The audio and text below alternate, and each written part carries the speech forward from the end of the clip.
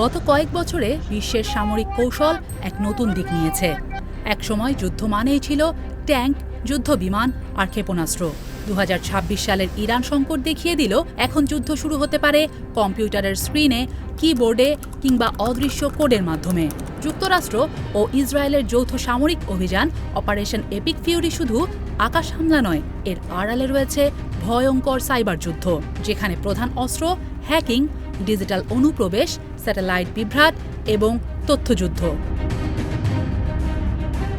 মার্কিন জয়েন্ট চিফসের chairman general Dan Caine জানান, হামলার প্রথম পর্যায়েই সক্রিয় হয় ইউএস সাইবার কমান্ড এবং ইউএস স্পেস কমান্ড। তাদের কাজ ছিল নন কাইনেটিক ইফেক্টস তৈরি করা, অর্থাৎ গুলি ছাড়াই শত্রুর যোগাযোগ ও কমান্ড ব্যবস্থা অচল করে দেওয়া। এই অপারেশনের লক্ষ্য ছিল ইরানের সামরিক যোগাযোগ বিচ্ছিন্ন করা, ক্ষেপণাস্ত্র নিয়ন্ত্রণ ব্যবস্থায় বিভ্রান্তি তৈরি, ড্রোন অপারেশন ব্যাহত করা, রাডার ও এয়ার ডিফেন্স সিস্টেম অন্ধ করে দেওয়া, স্যাটেলাইট যোগাযোগ জ্যামিং ও জিপিএস স্পুফিং চালানো, সরকারি ও সামরিক ডেটা নেটওয়ার্কে অনুপ্রবেশ।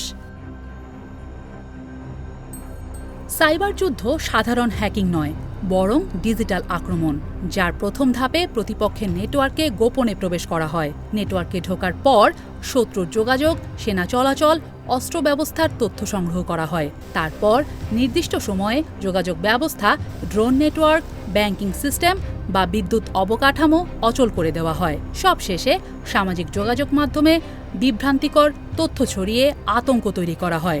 ভুয়া খবর, ফেক মেমো সবই এখন যুদ্ধের অস্ত্র। 2026 সালের এই সংঘাত এআই পাওয়ার্ড সাইবার ওয়ারের প্রথম বড় পরীক্ষা। টেক রাডারের এক বিশ্লেষণ বলছে, AI powered cyber arms race এখন আর ভবিষ্যতের কল্পনা নয়, এটি বাস্তব যুদ্ধক্ষেত্রে পরীক্ষিত হচ্ছে। যুক্তরাষ্ট্রের হামলার পর ইরানপন্থী বিভিন্ন সাইবার ইউনিট পাল্টা আক্রমণ শুরু করে। তাদের লক্ষ্য মার্কিন জ্বালানি অবকাঠামো, পানি ও বিদ্যুৎ সরবরাহ ব্যবস্থা, বিমানবন্দর, প্রতিরক্ষা ব্যবস্থা, ব্যাংকিং নেটওয়ার্ক ও সরকারি website. Cyber security and infrastructure security agency CISA সতর্ক করেছে, ইরান ঘনিষ্ঠ হ্যাকারেরা যুক্তরাষ্ট্রের ক্রিটিক্যাল ইনফ্রাস্ট্রাকচারে ব্যবহৃত প্রোগ্রামেবল লজিক কন্ট্রোলার পিএলসিএ প্রবেশের চেষ্টা করে। ইরানি ধর্মীয় অ্যাপেও সাইবার হস্তক্ষেপ হয়। অ্যাপটি লাখো মানুষ ব্যবহার করত নামাজের সময় ও ধর্মীয় তথ্য জানতে। এতেই বোঝা যাচ্ছে, যুদ্ধ শুধু সামরিক ঘাঁটিতেই সীমাবদ্ধ নেই, সাধারণ মানুষের ব্যবহৃত অ্যাপও এখন লক্ষ্যবস্তু।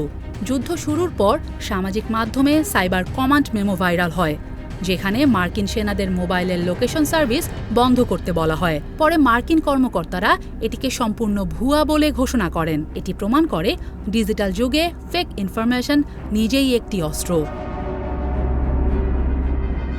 অপারেশন এপিক ফিউরি দেখিয়েছে, আধুনিক যুদ্ধ হাইব্রিড ওয়ারফেয়ারে পরিণত হয়েছে, যেখানে রয়েছে বিমান হামলা, ড্রোন যুদ্ধ, সাইবার আক্রমণ, এআই, স্যাটেলাইট যুদ্ধ, তথ্যযুদ্ধ ও অর্থনৈতিক অবরোধ। বিশ্ব এখন এমন এক যুগে যেখানে একটি দেশের বিদ্যুৎ গ্রিড ধ্বংস করতে হয়তো আর বোমার প্রয়োজন হবে না, কয়েক লাইনের কোডই যথেষ্ট।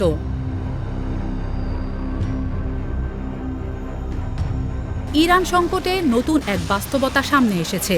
ভবিষ্যতের যুদ্ধের প্রথম গুলি হয়তো বন্দুক নয়, ছোড়া হবে সার্ভার থেকে, আর সেই যুদ্ধে সৈনিক হবে হ্যাকার, অস্ত্র হবে অ্যালগোরিদম, আর যুদ্ধক্ষেত্র হবে পুরো পৃথিবীর ডিজিটাল নেটওয়ার্ক।